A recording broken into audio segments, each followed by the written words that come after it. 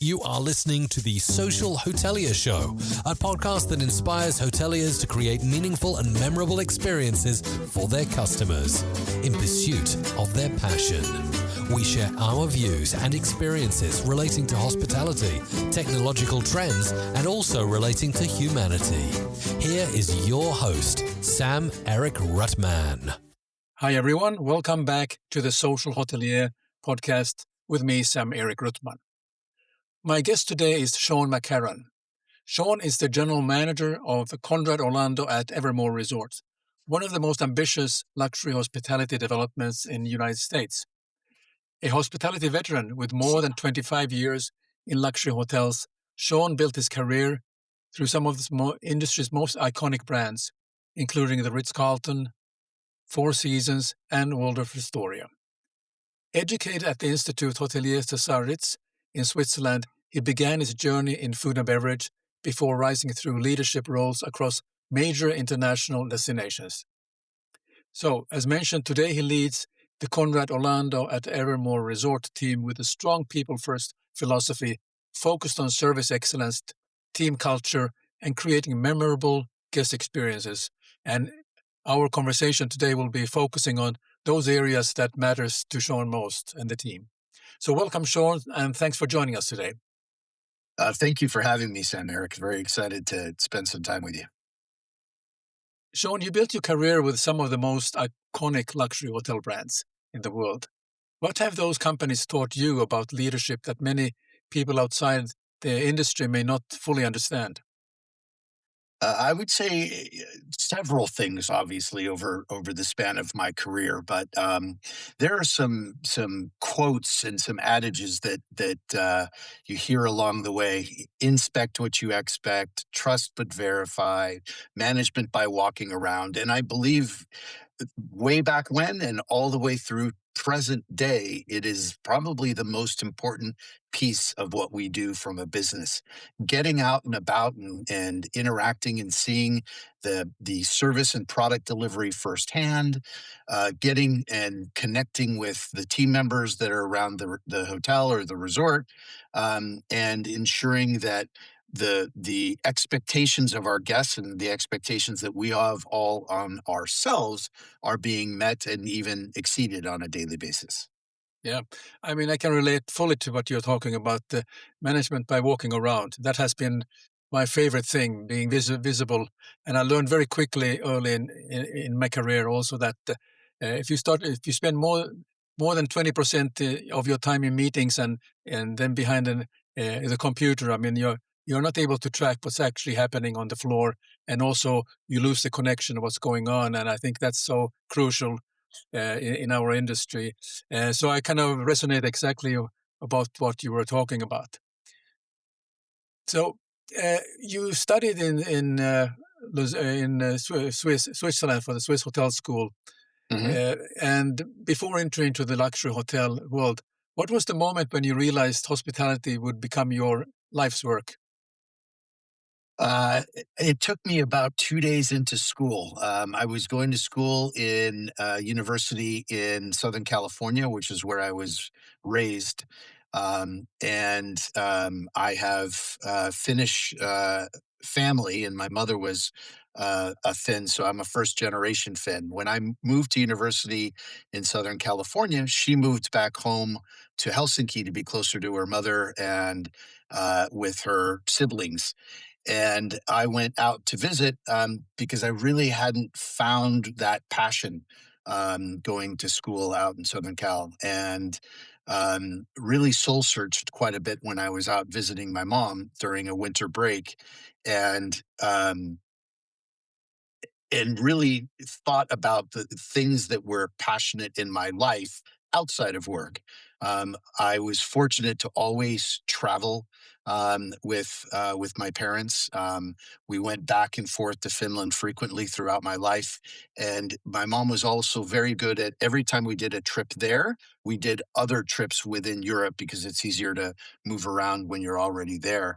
And so, looking at the fact that I love the travel industry, I've always been passionate about restaurants and whining to try different things. I looked into hospitality and hotel schools, went and toured schools in Switzerland, found one I really wanted to get involved in and enrolled. And it was, I think, my second day there that I said, this is it. And it has been an incredible journey ever since. One of those that never has felt like work. It's always felt like a joy that I actually get paid to do. Yeah. I always ask my friends and colleagues about people who have studied let's say, in the US and then studied in Europe, let's say Switzerland and hotel hospitality. I'm always wondering what they feel is the difference in terms of studying in a European uh, situation, particularly in hospitality.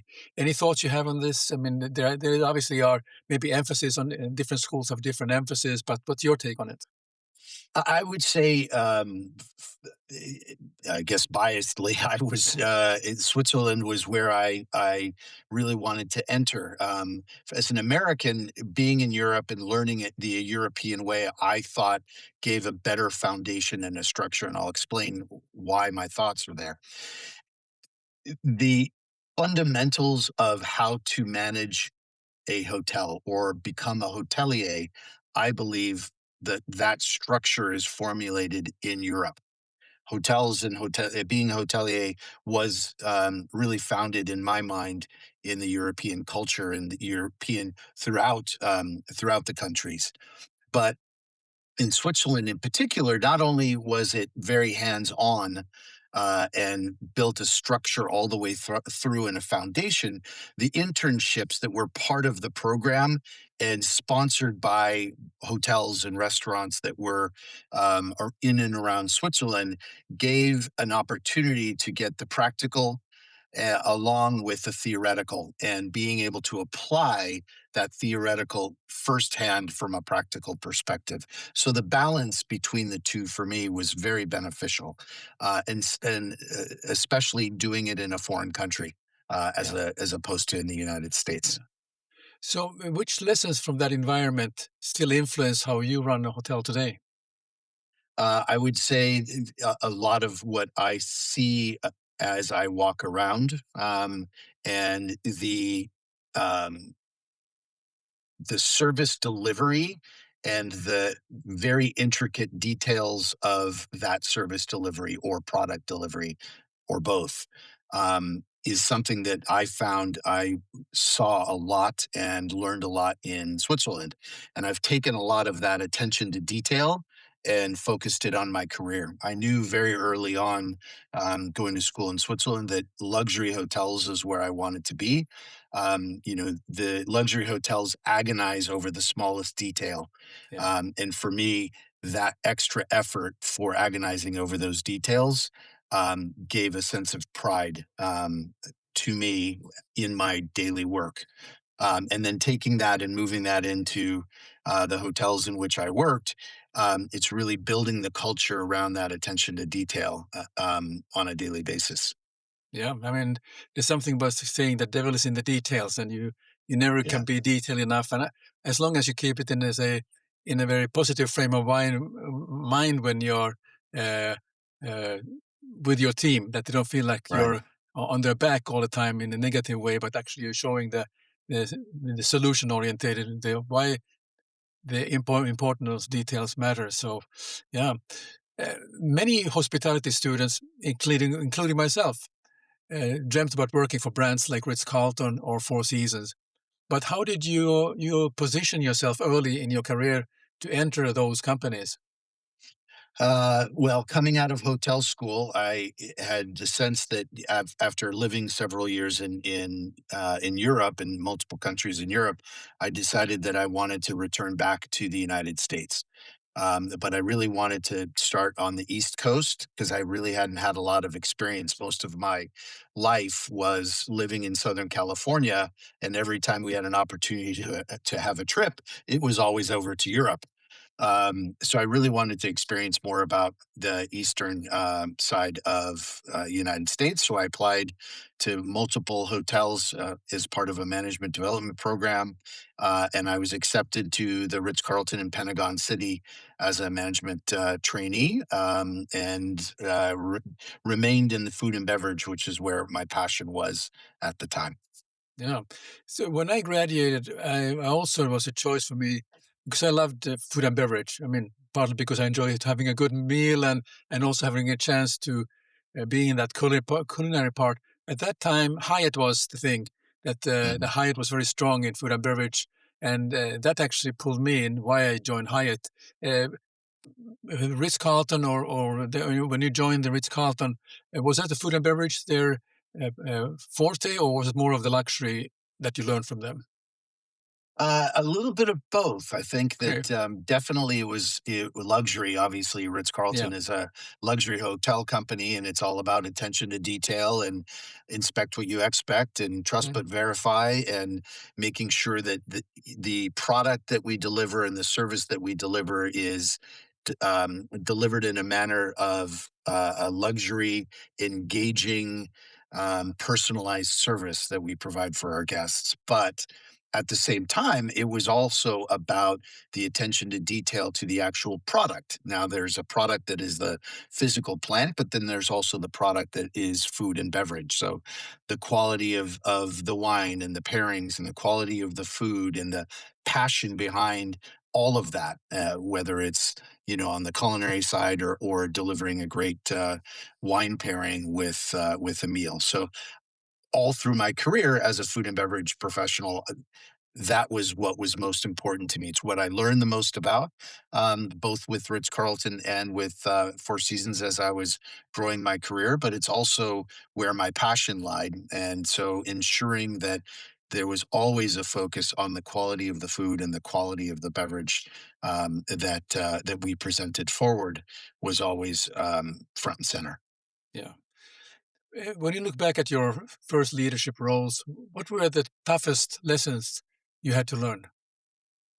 That's an interesting one. I share a lot with newer managers that are coming through, but it e- as I started as a management trainee, and then grew my career, I was growing within the sometimes, or at least the first role was within the department in which I was a management trainee, and that transition between being one of the rest of the team to the leader of the team is a challenging transition because you have to convince the team that was around you that knew you in one level to follow you through, where you want to take the department.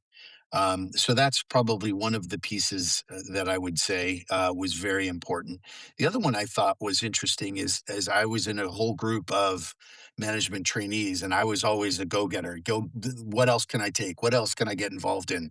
What else can I do? Because for me, I wanted to learn as much as possible in every role that I had, because I thought, from my training and education in Switzerland, these were all foundations built upon a career. The more you can have a solid foundation, the higher your career is going to go. Kind of like building a skyscraper. They dig down deep and build a foundation, and then the skyscraper can go as tall as they really want it to go.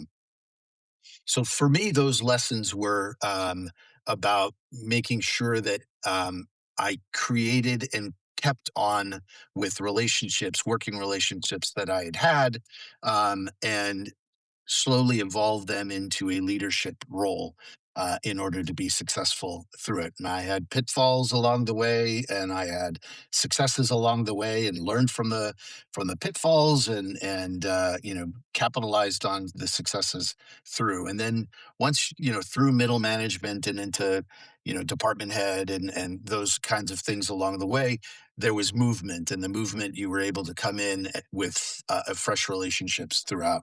But I do think that that's the most important piece. And then the last part of that is when I joined as a management training, there were several that were also management trainees, and some of them were not as go getter as I was, and you get to a point where you're like, well, they're not working as hard as I am, and I remember seeking counsel from my mother, and my mom said, Your career is what you're focusing on. Don't focus on theirs. You don't Yeah. know where theirs is taking them. You only know where you want yours to go. So focus on that." So I'd say those probably were the two lessons that I got very early on in my career. Yeah. In food and beverage, what was your favorite, and maybe some which was not your favorite part of in different disciplines in food and beverage? You have the obviously the back of the house, whether it's ranging from the service side, or is it the cost control, or is it the stewarding? Some areas which were your favorite, and then what was your, maybe if you may say, something that you didn't look forward to do it again? Well, I think, as I said at the very beginning, the passion I felt on day two in hotel school, I loved every part of the business. So I would say it's pretty difficult, especially early on in food and beverage, for me to find something that I would say I didn't like that. I mean, I Yeah, was passionate and creative about ensuring that we had, the best quality food and menus and best quality beverages that went along with those menus. But so I was a beverage manager for several years, and I ran all of the bars, and was involved in developing a wine list and a wine cellar and managing those costs. And so for that part of it, I really enjoyed that role, where it was managing the costs and finding ways to ensure that I controlled the costs and expenses, but at the same time, developed a second to none program. So I would say along the way, every single role I had, I learned something about it and I enjoyed it thoroughly. But I will tell you, of all of the experiences that I had going through all of the departments, I think banqueting or events was the area that I really enjoyed the most. okay, And it's really taking a blank canvas, if you will. yeah, You have a ballroom and it's empty, and there's a wedding coming, and you look at a banquet event order and you're going through step by step and ensuring that everything is in place, from the decor to the setup to the staff in place, and then the execution of it and the pageantry of the execution for a formal dinner. I think was probably the piece that I really took a lot of joy from, because it was really taking it from zero all the way through to creating this incredible memory that are, hopefully once in a lifetime when it comes to a marriage. yeah, yeah. I have the same experience like you're talking. But I particularly enjoyed the events or banqueting side of things. Well, in Kuwait, it was quite different, where our biggest business was banqueting. And there we usually I was always got said that, oh, there are the three ladies who want to see you now in your office, and they want you to plan a wedding function for them. So okay, so then I go with a chef, and of course they have a wonderful idea. They want to say, oh, I want to have 1,001 nights, or I want to have a lot of fans, and I want to have a lot of flowers from France. I said, well, that's great ideas. We'll make it work for you. And so that's what we did. But and I still have one of my pictures are, because with the challenges, they always look for, we want to have the biggest cake. And so, of course, Oh in yeah. reality, in reality, you cannot really make a cake that big. I mean, so we did have, so my chef was very creative. So he used a lot of styrofoam and then covered with sugar, and then Right. so the highest ones were about 3 or 4 meters at the best, and of course Nice. we want to have a big fan on top. Yeah, okay, consider it done. That we did. So I share with you. There's a lot of fun memories from those days in banqueting.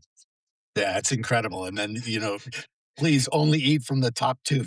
Yeah, exactly.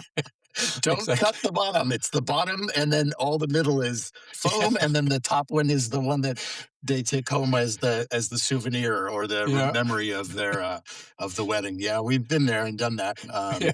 I don't know if there's large the thought process is large, but back yeah, definitely in the '80s, it was the grander the piece, the better it is. Yeah. Exactly.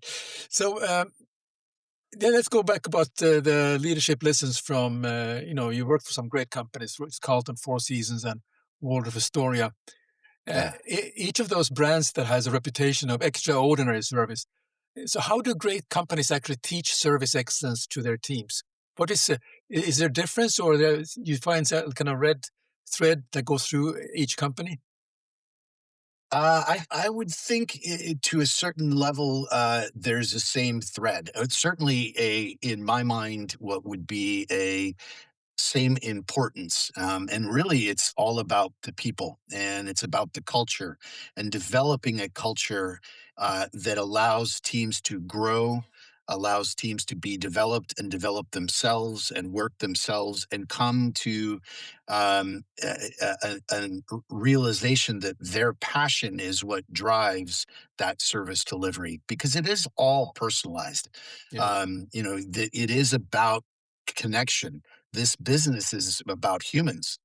So humans interacting with other humans. Yes, there's food, and yes, there are, guest rooms, and there's pillows, and there's beverage, and there's, beautiful resorts with pools and all of the things that you would get in a hotel or in a resort. But at the foundation of all of that is people. There's that service delivery, and there's the connection between the team member and the guest that is coming through, and they're trying to build a connection to ensure that they have the best experience that they can, and of course, at the end of the day, have incredible memories about their visit. Yeah. In your view, how do these brands build a culture that employees truly believe in? Is a certain kind of angle that they take? I mean, I have worked with people who have worked in a Ritz-Carlton, and there's a very, very clear and very strong element of that creating experience for the guests all the time. And how about the other companies that you had fortunate to work with? Well, the I would say it's about the structure of how the hotels are designed, and it's Yeah. about the leadership from within, and it starts at the top, and it goes all the way through. And if you can have at the top that culture that is driven all the way through down into the housekeeper or the steward that is working in the back of the house or in a guest room to clean it. And when I say top, I'm not talking about the general manager. That's Mm. part of the flow down to the bottom. It's really the top. And some of the most inspiring leaders that I have had the pleasure of working with are Horst Schulze at the Ritz-Carlton, Isidore Sharp at Four Seasons, and Kristen Setta here at Hilton. And that passion that they have and that drive that they have to support and develop and be and create these work experiences for the team members, so they feel that they've got a great place to work, and they enjoy coming to work, and they enjoy the environment, and then they enjoy the service that they can deliver to the guests that are coming in. And then I think at the very end of it is the reaction that the guest has when that service is delivered and we've wowed them, or we've really made that trip special, or we understand a little bit about them and can deliver that call it wow factor to the guest. That reaction that the guests get is it's electrifying to a team member. And when you can build that, all that does is drive the passion stronger within the team because they see that there's actual results behind what they're doing from a service delivery. Yeah. You often say hospitality is a fundamentally a people business. Why do you believe that principles even more are important today than ever before? Um, you broke up a little bit. Did you say principles Yeah, well, within? why do you Sorry. believe that principle is even more important today? When I say how you often say hospitality is fundamentally a people business. Why It do you is. believe that principle is even more important today? Or has it Because I always do been? I think it always has been. I Yeah, think that,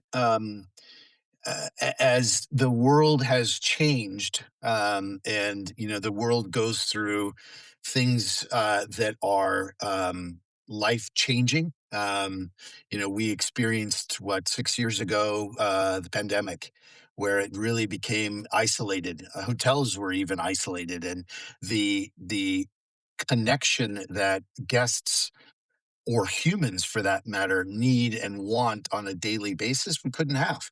And I think, coming out of that, we learned a lot of lessons about, what is important to society and what is important in hotels and what is important to ourselves.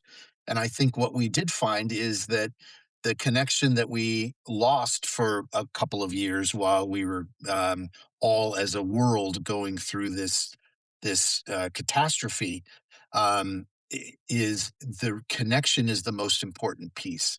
And I think, the principles around making sure that we have um, an environment where that is nurtured and it is important and the importance is placed on that, I think makes it key. And I think when you say, going back to principles, it's about the integrity of what it is that we're trying to deliver on a daily basis, not only deliver to our guests, but more importantly, what are we trying to deliver to our team members?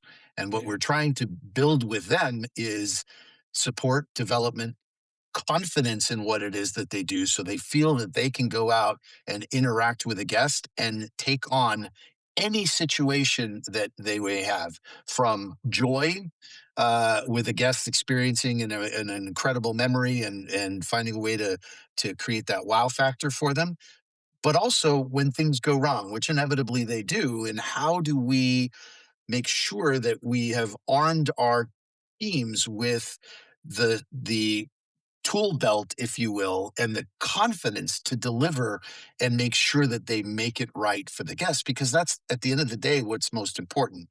And it's not the general manager or a hotel manager or a division head or even a department head to dictate and be the ones to say, this is what I want you to do. It's really coming from the heart and soul of the team member. And that is what is most important. And that can't necessarily be taught, but it can be nurtured. yeah. One challenge the industry faced historically was the demanding work culture. I think we both remember some long days and no days off Yeah. for a long time. How do you balance operational excellence with work-life balance today? Because that seems to be the work-life balance is important now for people. I think it's vitally important. Yeah, I think, it was also one of the things, not only has it evolved over the years and the decades, since we were starting out in this business. But I think it also has evolved and accelerated post pandemic. And I think a lot of changes have happened since the pandemic, all for the good. And, you know, when we go back to how do you support, develop, and have a workforce and a team member that is motivated and enthusiastic and passionate about what they do when they're at work, if that's all they do, then there isn't a balance point to create that passion and that enthusiasm, because they just get burnt out. yeah, And I think making sure that there is a balance between the two and making sure that there is development without micromanagement is also very important. They want to feel like they can make their own decisions. And we as leaders want them to make their own decisions. And it's really about guiding them through some of the decisions that they have and some of the decisions that they make. Um, we want to be engaged as hoteliers, engaged in the operation, but not micromanage the operation. We yeah, want to know what's happening so we can support and develop, but not be there to tell people this is what you have to do at all times. yeah. Sorry, I have energy efficient lighting. If a hotel struggles with service quality, Where should leadership look first for the root cause? Well, it's, the basis of root cause is ask why 5 times, right? And then you can get to the root cause. The 99.999% of the time in my mind, there is no malicious intent. It's an accident and it's Yeah, a mistake. And it's a misjudgment or a misread of what's important to a guest, or it's a misread of what their expectations are. And that isn't a malicious uh, um, intent. That is just a mistake. And accidents are learned to be or meant to be learned from. And I think the key is exactly that. Let's think about what could have gone wrong. Was it an actual physical product that went wrong, or was it a judgment call that might have went wrong? If it's a judgment call, let's learn from it. yeah, Nobody needs to be hit over the head and belittled and felt inferior for making a mistake, because we all make mistakes. sure. There is nobody that's perfect on this planet, and so for me, that is an inbred part of the culture as you support and develop. Is how do you let the teams still feel like they're doing a great job, they're delivering the service, and they might have made an error. And a lot of times what I ask leaders to do, and what I ask even team members to do, is ask yourself 2 questions after any kind of an interaction with a guest, whether it went well or even if it didn't go so well, or there was a misjudgment of what the expectations were. Ask yourself this 2 questions: what could I have done differently, and what could I have done better? If you're asking those questions of yourself, there is no defense mechanism that's going to come up, and most of the time a team member is going to come right to the answer that you would have just given them. But by giving them the opportunity to think through it themselves and say, you know what, I should have done that.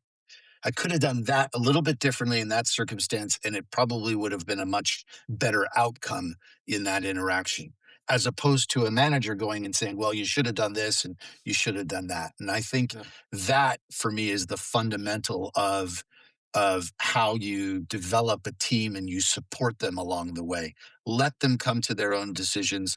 Let them come, and then they'll probably ask you if they can't come to the answer. They'll say, you know what, I think this is what I should have done, but do you have any advice? And then you yeah, just give a little bit. Yeah, have you considered this? And if they have, great. And if they haven't, then they haven't. But for the most part, team members really realize what they did. And those that are enthusiastic and passionate already are beating themselves up.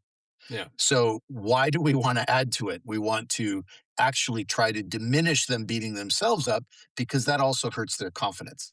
sure, sure. Let's talk about Orlando. I mean, it's one of the most competitive hospitality markets, if not in the US, but uh, maybe elsewhere. What Yeah. leadership mindset is required to operate successfully in such a dynamic environment? Well, I would say you definitely have to be competitive and have a competitive spirit, and Yes. want to win. We want to win. And if we're not wanting to win, we're then wanting to not win, which is lose. Yeah, So there is a competitive spirit, but the competition isn't about winning at all costs. yeah, It's about ensuring that we do the best we can in this hotel on every given day. We, deliver incredible product, which is, if you look at it on the website, is absolutely stunning. But we're also delivering it from a service interaction and a service delivery. I also feel that the stronger a hotel gets, and we're the new kid on the block. We've been here 2.5 years. When you look at the luxury landscape here in Orlando, that drives the others. And I believe that as they see that we come on board, that drives a Waldorf, and it drives the Ritz-Carlton, it drives the Four Seasons to also continue to elevate their game and elevate the service and product delivery that they do.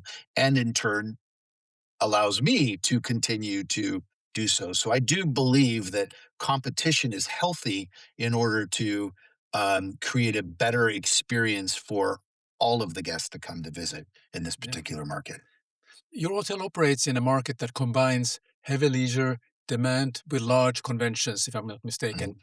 How do you Mhm. design service to meet such diverse guest expectations? Because there are probably some differences what they expect if they're leisure travel on holiday with a family or couples with a large convention. They have a different needs. Yeah, in I would say luxury hotels are smaller in nature, although in Orlando, the luxury hotels that are here are larger than they normally are outside of this market. Yeah, But looking at this market as a whole, because it is so group centric as well, there is such a large mix when it comes to group versus leisure. I would say from a design of a hotel, you want to really try to keep them separate. Nobody that is in a suit and tie at a meeting wants to see someone and their kids walking through with their swimsuits and their floats going off to the pool. So ensuring that your group area is away from your leisure area is probably or not probably is a very good design intent. yeah, Keeping those two separate and vice versa. When guests are trying to have a good time and have some fun and frolic in the water, whether it be in the lagoon or in our pool, they don't want necessarily group guests over there being stuffy. So it's again trying to keep the focus on what it is that they're here for. And there are separate teams that do that. So you have your banqueting department that focuses in and zeroes in on the group guest that is, having meetings through the day. We encourage um, our groups, and we share a lot with them. Some of the learnings that we had from post pandemic, which is a lot of team members, even if they're coming for a group, they don't want to be sitting in a meeting space all day long, and their only ability to network within their group is during morning break or lunch or a cocktail reception. They want to build on that camaraderie because that's what builds a small or builds a strong team. And so, one of the things that we developed here at the hotel, being a resort, is we created a very robust activation program. And we have a lot of activities for our groups that we offer to them and say, you can do a 2 hour activation, you can do a 3 hour or 4 hour activation, or you can have it as part of your reception where you have areas to activate. And those activations create camaraderie and they create a stronger team as a result because you're not just chit chatting about each other's families while grabbing a quick cup of coffee to go back into your meeting room. You're actually spending the time together, whether it be building a bike for charity as a competition, or we have a build a boat where you take things that don't normally float and we build a boat with it, or we have the group in teams build this boat, and whatever boat floats the longest, none of them float forever, but the boat that floats for longest is the winner. But they all kind of get together and they build these things together, and that creates that camaraderie. And I think very that is so vital in sure, today's sure. day and time. Well, I have to ask you the AI question because for the last 4 years, now even more accelerating about AI, and I'm sure you get bombarded with a lot of AI offers from different suppliers and so on. And in the hospitality industry is currently talking about AI, automation, and frictionless experience. Where do you see the technology helping, and where must the human touch remain? Well, as we said from the very beginning, this is a people business. Yeah, Yes, there's guest rooms with beds and pillows and showers and all beautiful from a luxury perspective. And there's meeting space and there's restaurants and grab and go, and we have a pool and a spa and a beautiful lagoon to be in. But all of those take people and the people interactions to build that memory. You're not going to build a memory off of AI. yeah, You're not going to build an experience that's an AI. So the people interaction will never go away, especially in the luxury hotel world. It will never go away. AI assists. AI makes the world a little bit easier to access information. So from a hotel guest, they might be able to access the AI and find a little bit more about the hotel that they're going to go to. The team member may use AI in order to have what some of their procedures be a little bit more streamlined. And all of that allows for a team member to have more time to engage with a guest. And the AI also allows on the guest side, the guest to be able to streamline what it is in their interactions. So their interactions actually with another human being are much more valuable for the time that they have to spend in it. But again, as I said from the beginning, I believe it's a people business, Sure. and I believe that that will never go away. What do you see the biggest leadership challenges facing hotel operators in the coming years? I mean, there must be something going on. Is it finding staff who are willing to stay in the industry, or what are some issues that you see in your work? Yeah, I would say probably staff always Yeah, is the biggest challenge, and making sure that you can have access and find team members that are willing to engage in this business and willing to be passionate and enthusiastic about the business. And I think the more that they learn about what it is that we do on a daily basis and the reactions that they get from their guests when they actually deliver the service, I think that's what really gets them then passionate. Um, as time evolves, my fear is that people become less passionate about things because they're on these things all the time on different kinds of social media challenges or channels, and um, not nurturing the interaction that you get when you have one face to face with yeah, another person. yeah. If you look at the next generation of hospitality leaders, what skills will matter most? I think being able to adapt to technology, and the technology has accelerated um, tenfold from when you and I started in this business to even when you look at the last 5 or 6 years post pandemic. Technology is just soared. And I think so. It's being able to understand all that. I think the future generations having grown up in that technology will be helpful for them. Whereas, an oldie like me has to learn technology as it evolves. And this was not something that we grew up with. It's something that we came across as adults and as we were continuing through our career. But back to the human interaction and that human feeling, it's really trying to take the technology and make sure that we're not losing sight of the whole reason why we're here on earth, and certainly here in hotels, and that's really the connections that we have with other people. Yeah. One thing I had a conversation a while ago with a hotelier, and he's also looking after retail. And the question or our conversation was about what could hospitality and hotels learn from retail.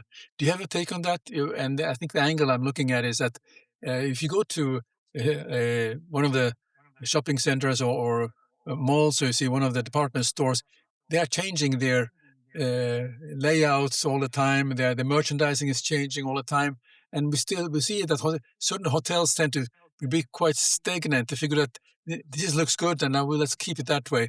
Do you feel that there are some aspects of retail that actually hoteliers could learn from?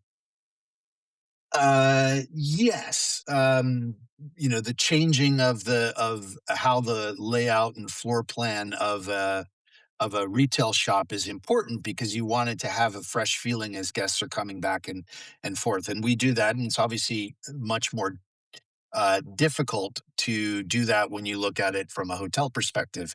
Yeah, You can't constantly be taking rooms out and changing the furniture around or putting in new furniture. We have that on a sequential order. What I would say is the focus and importance on change, and not staying stagnant. That is so important. And that isn't necessarily about changing your room, but it is about making sure that we're constantly working and looking to ways to be relevant, understanding what humans want, understanding what groups look for. And I gave the example of, post pandemic, a lot of the attendees that are for groups, they want to have more engagement with each other as opposed to being taught in a classroom, look at these spreadsheets or look at this PowerPoint presentation. It's a Yeah. balance of the both. And for hotels, and any business for that matter, you have to continuously try to evolve, innovate, and remain relevant to your client base, whether you're a retail shop or a car manufacturer, or a hotelier trying to deliver that kind of service. And so not always is it the actual physical plant, but it's the service and the experiences that you get throughout that are the things that we need to continue to innovate. And I share with you a little earlier about these group activations that we do, and we do the same thing for our leisure guests, and we're constantly evolving different kinds of activations to be relevant to the guest, whether it's a competitive, taking out the competitive nature and competitive spirit in humans, where they all compete against each other or they compete as a team, or whether it's really just a relaxing environment where you can have a social encounter with each other. But the innovation and evolution has to remain constant in order to continue to evolve and remain relevant to our guests. Very good. Well, thank you, Sean. This has been our conversation about the hotelier, but now we're going to move a little bit to more relaxed mode here. Okay. I'm going to take off my jacket, but not physically. I'm just kind of mentally taking off my jacket and relax and losing my tie. And then we're Okay. going to talk. It's called Off the Mic. And then we're going to get to Okay. know Sean, the person behind the persona. That's the idea. Okay. So Sounds a good. few questions. Hope you bear with me. Of course. People don't know. I mean, some people don't know, or many people don't know. You have a strong connection to Finland. You mentioned about Finland and your mother and so on, and you even speak a bit Finnish. Because before we start to the episode here, we had exchange few words. My question is, what is the first Finnish phrase that comes to mind when you think about your visits in Finland? Well, it depends on the time of year, but a lot of times I go in the summertime. So I would say kaunis is the word that comes to my mind, which is beautiful. Yes. I have very fond memories of Finland, and one of the fondest I have is, I was fortunate. My parents lived in a flat right in downtown, so it was walkable. So they were in the city center, and I would go with my mom, and we'd walk down the Esplanade, which was this park that runs right through the middle of Helsinki, and it ends up down in front of the presidential palace. And they have a farmers market there. And not only is there a farmers market, but in the summer times, the fishermen dock their boats right there as the harbor comes in, and you can go get a salmon and get gravlax and get your rock salt and your fresh dill from the farmer's market, and go to have this salmon that is fresh, alive, and then cleaned, cured, and thrown the dill and the rock salt in. You put it in your refrigerator for 24 hours, and it is the most tender, flavorful salmon you will ever eat. And that, for me, I think, is every time I think of Finland, I think about that. I think about new potatoes, and I think about sidley, which is herring. Very good. Oh, my mouth is watering already, waiting for the summer here. You and me both. After decades in luxury hotels, when you check into a hotel as a guest, what is the first thing you instinctively evaluate? Well, first of all, the first thing that you actually experience in a hotel is the service delivery. So if you're pulling up to the porte cochere, it's the greeting, it's the service delivery, not only at the front drive but entering into the hotel, and most of the time as you're checking into the front desk, it's that service interaction at the front desk, and that really sets the tone of what is the culture of the hotel. If you can get the service and the arrival experience where it is, it sets the tone of what that overall experience is going to be for any guest. But that's a lot of what I look for, Yeah. because the beginning tone is the most important piece, and then the rest of it is. The unfortunate part, and a lot of times my family make me promise not to speak about what it is I see around. But it's the attention to detail. It's the making sure that the walls and the floorboards, and as we walk through the hotel, they're all maintained and looked after, and you can see whether the team in that particular property has an attention to detail or not, Yeah. and whether they decide that they're going to look always with fresh eyes every time they look. The head on a swivel is what we all learned very early on, and that head on the swivel is what gets you looking around for things.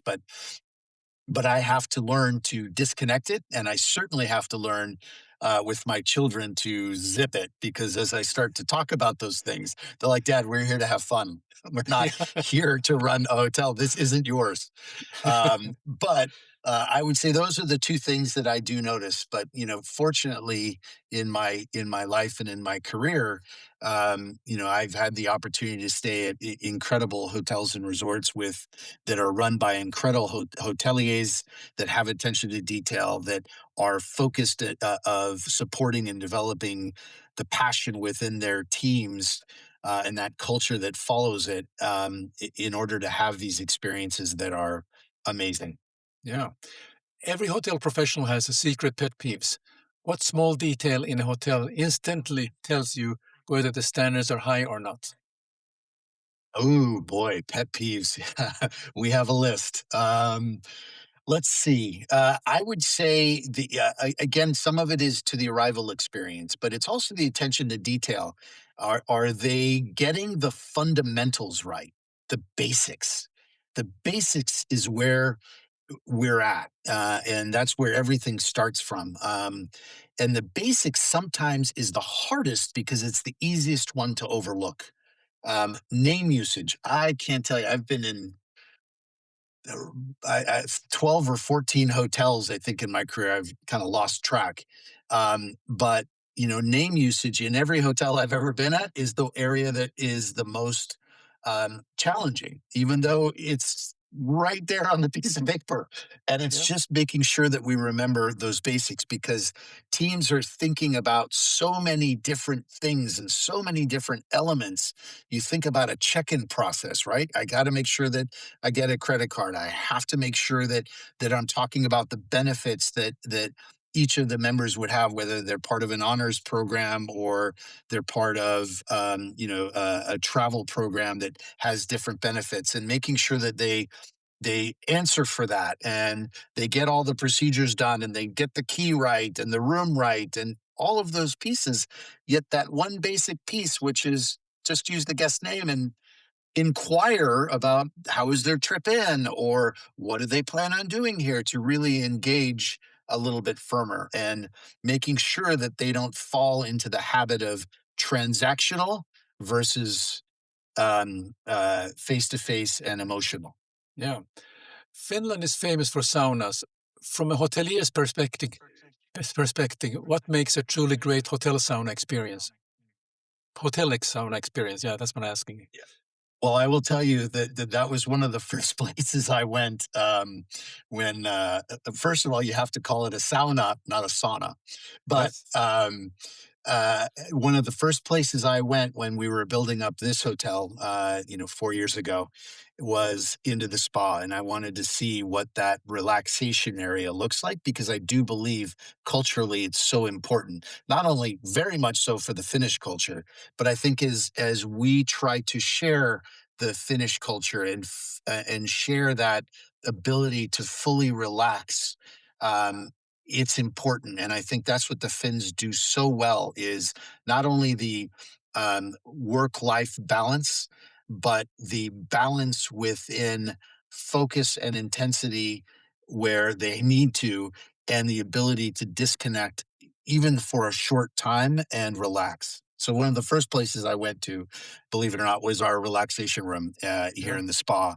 And I saw the steam room and I saw the sauna, and I saw that and I said, well, I need some birch branches and I need some water to throw onto it to really create that incredible experience. But that I do believe is one thing that the Finns get right, and that we want to, as hoteliers, uh, uh, um, allow our guests to be able to do, which is that fully disconnect and that fully relax. Yeah. If you could escape for a weekend to a Finnish summer cottage by the lake, would you relax like a guest, or start inspecting the service standards, or something else? I think when you can truly disconnect and relax, and by disconnect, I mean get rid of this thing. Um, when you can get rid of all of that and really force yourself to focus, and a cottage in Finland, which there are multiple and lakes and 100,000 islands off the coast of Finland, but if you can get to a place that is isolated, most of the time there is no cell reception. And so you are focused in on just letting go. And if you can just let go, you're going to let go of everything, Yes. and really get back to the fundamentals and the basics. Is there food? Is there water? Is there kalia or beer? Yes. Is there, a nice lake and a boat, and go out and have a campfire and be together as one? I think that's the fundamental way, in my mind, how I fully relax and detach. Great. So my final question is, if people are interested to connect with you, how can they do so, and how could they reach out to you? Well, I'm on LinkedIn. I think you can Google my email address at Sean.McCarron at ConradHotels.com. So either way, I've got a cell phone. I'm pretty in touch with all of the modern ways to get in touch with people. Or if you want to just come by the hotel and stop by and ask the front desk to give me a call, I'm happy to come out and chit chat. Very good. Sean, thank you very much. I appreciate you joining today's episode, and thanks for all the fantastic insight. Very, very wonderful spending time with you, Sam-Erik. Thanks for joining us this week on The Social Hotelier Show. Make sure to visit our website, The Social Hotelier Show, blueberry.net, where you can subscribe to the show in Apple Podcast, Spotify, Google Play, or via RSS, so you never miss a show. While you're at it, if you find value in this show, we appreciate a rating in Apple Podcast. Or if you simply tell a friend about the show, that will help us out too. Be sure to tune in for our next episode.